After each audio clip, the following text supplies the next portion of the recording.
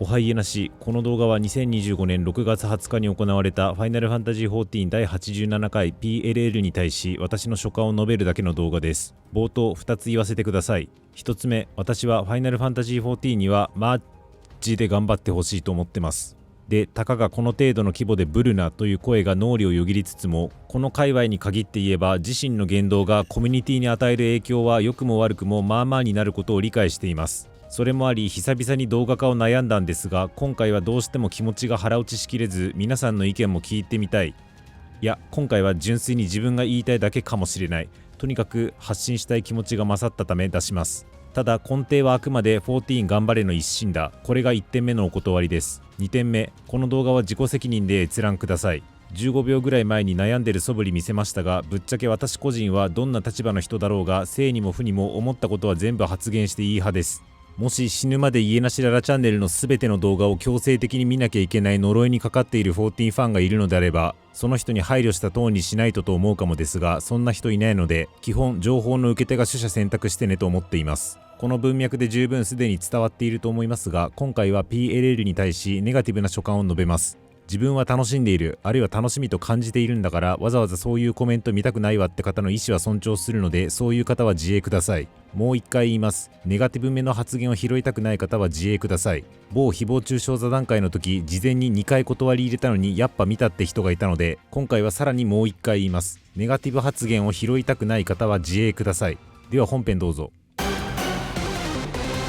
家なしララチャンネル PLL では大きく3つの話がありました。クレセントアイルのユーザーフィードバックに対する回答、コスモエクスプローラーのユーザーフィードバックに対する回答、パッチ 7.3 の実装内容、この3点です。私の所感もこれに対応する形で3つあるので、このコーダテでお話しします。まずはクレセントアイルに対する話から。突然ですが皆さん、なぜなぜ分析ってご存知でしょうか？発生した問題の根本原因を明らかにするための手法で、製造業や医療、IT の現場においてよく耳にする分析です。例えばクルーザー級零式2層でマグマダイブしてパーティーワイプさせたという問題が発生したとして、その表層的な問題だけに注目し、次回からダイブしないように気をつけるとするのが典型的なダメ改善。なぜダイブしたのか、どこに立てばよいか分からず混乱したから、なぜその状態のままチャレンジしちゃったのか、予習の際に南に飛ぶぐらいの理解にとどまり、立ち位置の目安情報がないかという目線での予習観点が抜けていたから、これが根本原因で、だから再発防止策としては予習の際、真心ラインなどの立ち位置の参考情報がないかもチェックする。こんな感じになります。起きた事象に対してなぜを繰り返していくことで根本原因見つけるってことですね。じゃあなんで根本原因を追求する必要があるんでしょうか？マグマダイブしないよう気をつけるというふんわりとした打ち手じゃ怪しいからってことでしょうか？そういうより具体的な打ち手を導き出すためという理由だけだと少し足りてないと思っていて、私はそれに加え、より汎用的な打ち手を導き出すためにもなぜなぜ分析をやるものだと理解しています。例えばマグマダイバーが気をつけた結果、なんとか2層はクリアできたんだけど、そしたら今度同じ輩が今度3層でネオボンバリアンスペシャルが来るとき、外周への接近が甘くて微妙に飛距離足らず落ちたとします。結局それもそんな事故が起きてから次からネオボンバリアンスペシャルを気をつければ解決するんですけど、逆に言うと一回事故らないと改善しませんよね。ただあらかじめ根本原因を探った上で予習時に目安がないか確認するというレイド攻略全般に通用する打ち手を取れていれば、最初からネオボンバリアンスペシャルでミスらずフェーズ2のフィールドに飛べますよね。というわけで個別具体な発生事象に対してなぜなぜ分析を行うことで、より汎化した根本原因にたどり着くことができ、その裏返しである再発防止策も汎用的になるので、マグマダイブという1回観測した事象以外の将来的に発生しうる事故も未然防止できるようになるということです。というなぜなぜ分析の考え方をご紹介した上で、ここからクレセントアイルについて考えます。今回顕在化した問題の一つに、フォークタワーの突入システムがいけてなくて島ガチャというおもんない作業を強いることになり、プレイヤーの満足度が落ちたという話があるかと思います。一応島ガチャってなんやねんって人もいるかもなので補足なんですが、現状クレセントアイルの高難易度コンテンツフォークタワーに突入するに際しては、同じ島にいる定員72名のうち48人がなんか入札システムみたいなの使って突入することになるんですが、そもそも島が複数インスタンスある上、どの島に入るかは申請都度ランダムに決まる。かつ8人単位でしか島へ入る申請ができません。なので48人がフォークタワーに突入したい場合は、まず8人構成の6パーティーが同じ島に入る必要があり、そのために島への突入申請時間を1分単位で決めて、みんなでせーので入るっで、全員同じ島に入れなかったら退出してまた同じことをやるという作業を強いられています。これを島ガチャと呼んでいます。ついこの前私も島ガチャデビューしたんですが、48人が同じ島に入るのに30分かかったので、延べ24時間のロスにつき十分問題として顕在化していると思っています。で、この対策として8月上旬のパッチ 7.3 に48人単位で同じ島に突入できるよう仕様変更を行う旨アナウンスされました。私はこの実装時期の早い遅いについて今ここでどうこう言うつもりはありません。そんなことよりも、なぜこういう仕様にしてしまったのか、こっちの方が100倍大事だと思うからです。ここの根本原因をはっきりさせないと、ネオボンバリアンスペシャルの落下みたく将来似たようなやらかしをすると思うからです。この原因の部分については PLL でも一段階言及がありましたよね。前回のグンヒルドがシステムサポート強すぎたので、強すぎるシステムサポートをしない、皆さんの話し合いとか独自ルール決めとかをある程度任せたいというのがあって開発したと。システムサポートが強すぎたというのが具体的に何を指しているのかはわからないのですが、ボズヤとクレセントアイルのシステム面の違いで言うと、同じ人たちで高難易度コンテンツに突入できるはできないの違いぐらいしか今感じていないので、そっくりそのままそう言い換えるんですが、同じ人たちで高難易度コンテンツに突入できる仕様にしてしまったために、ユーザーの話し合いとか独自ルール決めとかの動きを喚起できなかった。だから今回はあえて48人で突入できないようにした。そういうことだと私は解釈しています。そうした時に次にこういう疑問にぶつかります。ユーザーの話し合いとか独自ルール決めとかの動きを喚起できなかったとあるが、なぜこれが悪いことだと思ったのかという疑問です。いや、悪くねえだろと言いたいのではなく、なぜ悪いと思っているのかが純粋にわからないという意味で言っています。というのも、ルール決めとかの動きを喚起できなかった。この言い方だと、これは問題ではなく単なる事象に過ぎません。島ガチャをする羽目になった。これはただの事象です。島ガチャをする羽目になり、結果1回あたり延べ24時間が空費されてユーザーめっちゃストレス溜まった。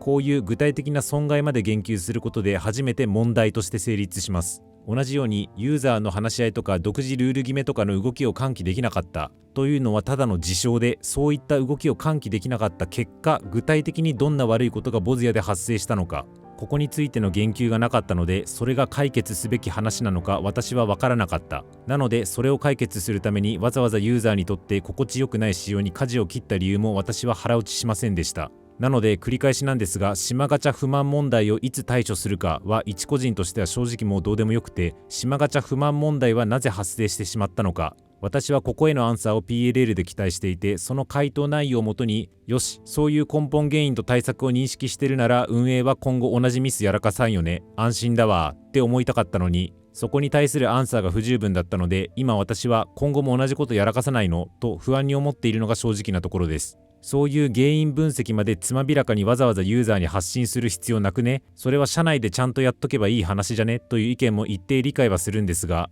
PLL を見た感じ、社内ではきちんとその辺やった上で、あえて PLL では大多数のユーザーの関心に合わせ、島ガチャ不満問題をいつ対処するかという話だけにとどめた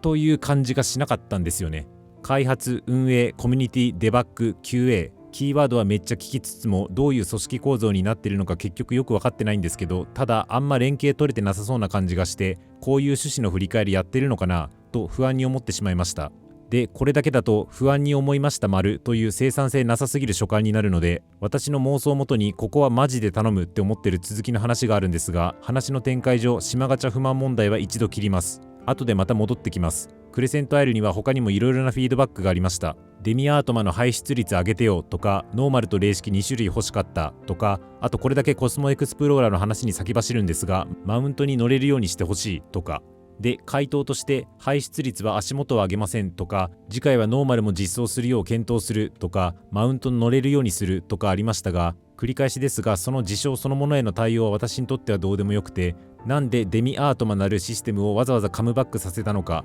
なんでコスト不足だってなった時ノーマルではなく零式相当の難易度の方を実装したのか、なんでマウント乗れないようにしたのか、私の関心はずっとそっちにありました。これも今回あるいは今までの PLL で簡単には意図の言及があったと思っていて、例えばデミアートまで言うとトームストーン1500、はい終わりと今までユーザーの快適さを追求しすぎたのでちょっと揺り戻そうと思っているだとか、マウントで言うと難易度と移動時間、全体のコンテンツバランスから開発からもマウントなしで作り切りたいというチャレンジがあったという言及があったかと思います。たださっきの島ガチャ不満問題と全く同じ構図なんですが、じゃあユーザーの快適さを追求しすぎるのがなぜまずいと思ったのか、マウントありで作ってしまうとコンテンツにどういう悪い影響を与えてしまうと思ったのか、ここへの言及がないから両方とも腹落ちしませんでした。で、多分ここまで話せば私が言いたいことを感づいている方もいらっしゃるかと思います。私は今話したあえて48人で同一コンテンツに突入できないようにした、あえて時間がかかる武器作成方式にした、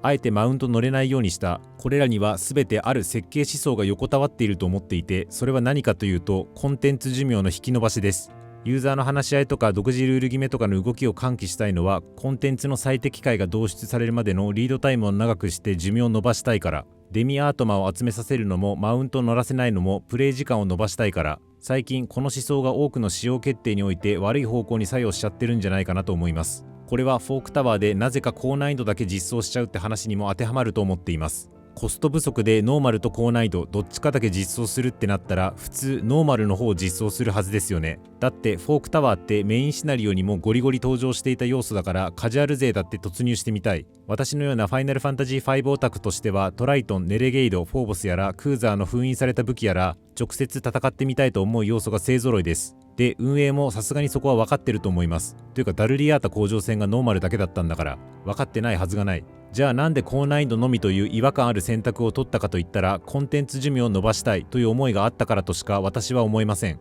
いやいや、多くの人がノーマルプレイしたいと思ってるって運営が知ってる前提に立つんだったら、寿命を伸ばしたいと考えるならむしろノーマルの方を実装するって頭になるのではって思う人もいるかもしれませんが、私は逆だと思っています。自分で使っておいて恐縮ですが、コンテンツ寿命を伸ばしたいという言葉選びも曖昧な表現で、もっとストレートに言うと収益を最大にしたいという意図だと思っています。14はご承知の通り月額課金制ですから、収益はプレイ人数×プレイ月数です。で、高難易度は攻略に時間がかかりますから、極端な話、高難易度プレイヤー8人が固定で4ヶ月絶やってれば、ライト勢30人がメインシナリオ1ヶ月だけやるより収益上回ります。もちろん実際のバランス、つまりライト勢と戦闘ガチ勢の各総課金額がプレイ月数まで考慮した時に後者が上回るのか、私は知らないまま喋っていますが、少なくとも高難易度コンテンツにはそうでないバトルコンテンツよりプレイ時間を伸ばす効果があることを意識した上で、運営がノーマルと高難易度どっちを作るか決めていること自体は間違いないと思います。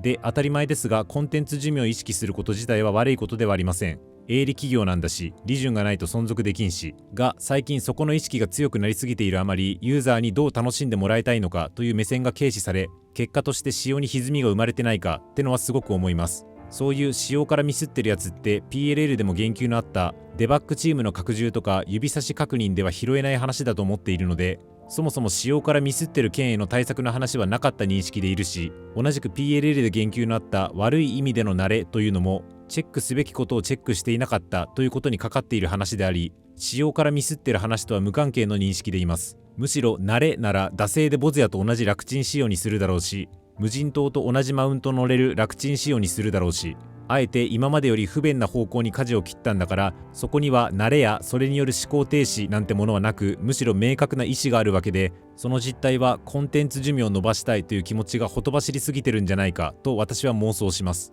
先日の PLL 要約動画のコメントで、どの会社でも起きてることだけどミドルマネジメント人材不足に起因してますねって言ってる人がいて、マジでそうと思いました。今までの話とは全然別の話するんですけど、宝箱のドロップアイテムの設定ミス話は結構衝撃的で、曰く報酬設定者が14においてギルの価値がそれほど高くないという認識を持たないままギルを輩出することを過大評価し、ギルと共に出てくるアイテムをまずくしてしまったらしい。私はそれを聞いて、14の報酬の設定者が14における各種報酬の通念的な価値を理解していないのかとは率直に思っちゃったんですが、ヨシピー自体もお話ししづらいところなんですけどという枕言葉をつけていたので、えぐい話という認識は先方も持っているはず。加えて冒頭、全然別の話題の時にチェック項目に基づくチェックをしきれないまま出してしまった箇所もあると率直に話していたのもあり、おうとも思い、多分何にしても人材不足なんだと思います。ミドルマネジメントどころかデバッカーも含めて全部バチクソスタッフ募集してるし、だからいまいちな考え方なのかもしれませんが、バグが増えてきてるとかそういう話の方がむしろ個人的には批判しにくかったりします。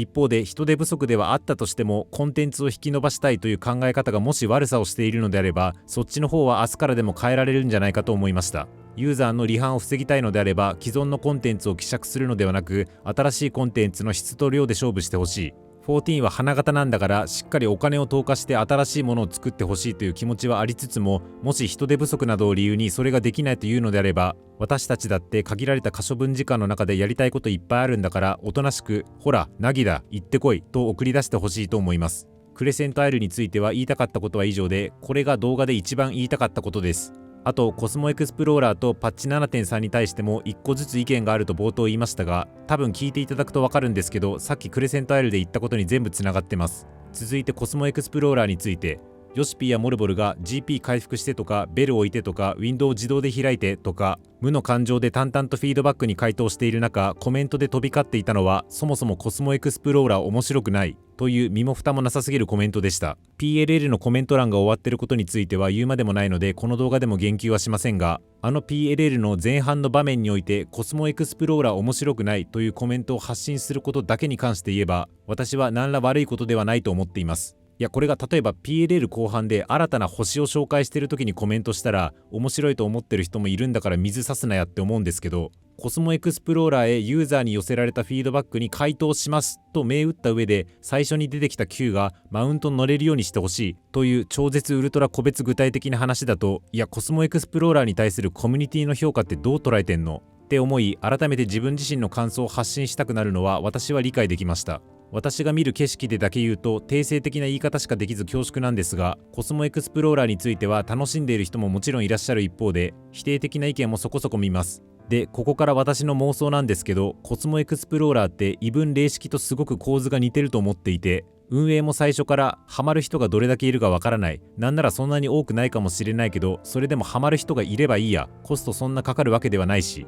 と達観していたコンテンツだったんじゃないかなと思います。だってどう見てもあれコストそんなかかってないですよね。ギャザクラの既存スキーム踏襲してるし。異分霊式の時も言ったんですが、結局何にしてもコスト見合いだと思っていて、仮に一部の人しか刺さらないとしても少ないリソースで実装できるならやった方がよく、俺には合わねえ Not for me Not for me と叫んでいる人に対しては余ったリソースで for me なコンテンツを口に突っ込んで黙らせれば良いだけの話だと思っています。で、私はコスモエクスプローラーの問題はそっちにあると思っていて、多くの人を満足させるだけのコンテンツにコスモエクスプローラーがなっていないのが問題ではなく、コスモエクスプローラーが合わない人がコスモエクスプローラーに限らず全体のコンテンツの質量に対して満足できていないっていうのが問題で、その不満をエンジンにコスモエクスプローラー面白くないって我慢できず言っちゃってる人が多いんじゃないかなと思います。だって極端な話、Amazon のプライムビデオで石破茂の自伝映画っていうパッと見誰が見んねんって思うやつが出たとして Not for me Not for me ってわざわざ Amazon に言いますか？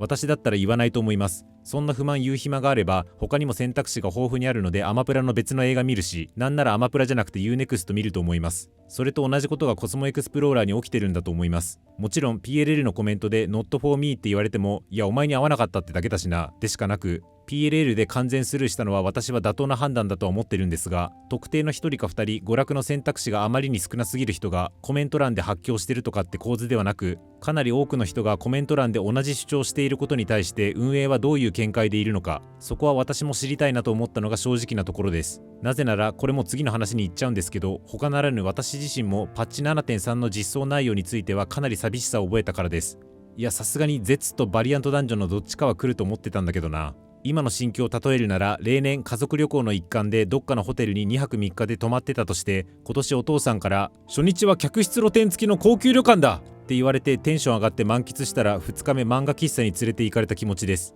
7.2 が過去最大規模って歌われても、それじゃあエネルギー前借りしてただけじゃねえかって肩透かしにあった感じ。一応私の印象で語ってはいけないと思うのでパッチ 6.3 の実装コンテンツを比較したんですが、私が見る限り大きくは絶のあるなしの差が大きく、やはりダウングレード感は否めませんでした。特にバリアントダンジョンについては 6.x を通じて新たな定食メニューとして定期的にリリースしていく基盤作りができた的なことを言っていたので、個人的には 7.3 が 6.3 と同程度のコンテンツ量だったとしてもちょっとって思うぐらいの期待値だったんですが、そのバリアントダンジョンすらマイナーパッチ3回続けて出ないと、そろそろそんな基盤なんて実は備わってなくて、バリアントダンジョンの取り組みを追認するための方便だったんかなと思うようになっちゃっています。当然 PLL 前半にあったフォークタワーやコスモエクスプローラーのテこ入れ作業があったり、あとは私がバトルコンテンツほど作業量を想像できていないビエラお耳しまっちゃう案件とか、帽子かぶっても前髪表示する案件とか並走しているのはわかるんですが、前者はいわゆる可視対応に近いんだから、それ理由にサービスレベル落とされてもって思っちゃうし、